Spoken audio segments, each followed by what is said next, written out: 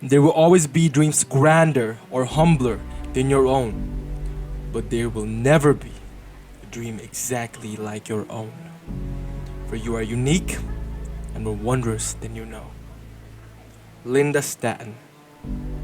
Don't think that your dream should match with someone that is much more successful. You don't have to dream like them. Just dream what you want to dream. It may be low, it may be high. But if you have high dreams, if you have big dreams, good. But if you can be satisfied, if your dream is small but yet satisfactory for you and your family and your friends, go right ahead. You don't have to become anyone else. Follow your own path, fulfill your own purpose, not anyone else's. But if you are ambitious and you like to think it big, think big. Don't limit yourself. You don't have to live the life of others. You don't have to dream about the others. Think big, think small.